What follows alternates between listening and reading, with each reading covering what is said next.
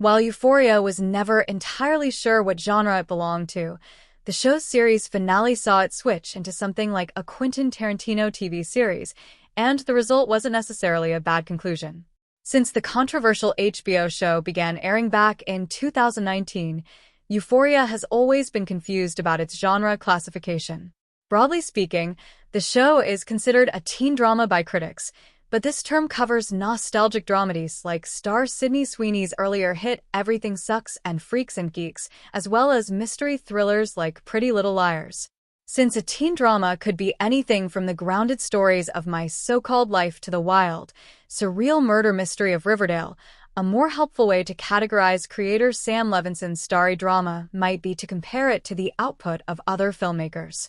For a lot of critics, Levinson's cautionary tale of misspent youth called to mind the intentionally shocking movies of director Larry Clark, whose movies Kids, Bully, and Ken Park all share the graphic content, teen protagonists, and dark tone of Euphoria. However, director Greg Araki's seminal teenage apocalypse trilogy could be just as useful a roadmap for Euphoria's ever-shifting style and tone. Araki's movies also feature troubled teen protagonists at the heart of their stories, but their plots soon tend to involve shocking moments of violence, jaw-dropping nihilism, and intentionally transgressive depictions of unconventional sex and hard drug use. Thus, Euphoria could be considered a more self-consciously dramatic, moralizing version of Araki's deadpan, disaffected teen dramas, at least until Season 3's finale turned into a Quentin Tarantino homage. Euphoria's series finale felt like a Quentin Tarantino movie. As soon as Euphoria Season 3 started, it was immediately clear that the show had changed its genre during the 4 years between Seasons 2 and 3. Like a lot of teen dramas, Euphoria had to deal with the fact that its cast was now nearing their 30s and still playing high school students, resulting in a time jump that meant the series was objectively no longer a teen drama. It soon became clear that Euphoria's controversial third season was a crime thriller, complete with cartoonishly evil drug lords, human trafficking, 3D printed guns, and massive drug deals. As Maddie pushed Cassie into sex trafficking, Nate racked up major debt to gang members and loan sharks, and Rue tried to play the DEA and the aforementioned villainous drug lord off each other. The show's status as a crime thriller was clear. Why Euphoria's ending needed a full genre change.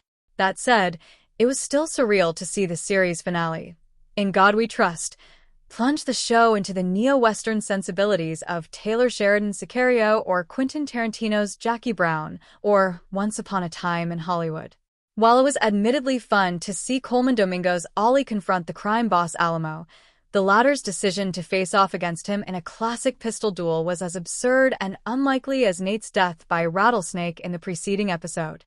By its series finale, a show that was once lauded by critics for illustrating the harsh realities of teenage life in the 2020s was now inhabiting a cartoon fantasy land of modern-day cowboy antiheroes and scheming cartoon crime lords.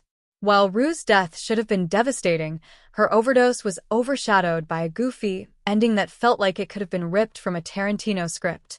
That said, this tonal shift was inevitable, despite how much it hurt the show's attempts at realism or credibility. Euphoria gradually grew increasingly silly as the show attempted to top its own debauchery with each new season and episode, so it was always going to end up in the world of live-action cartoon violence despite purporting to be a serious show about real-life social issues.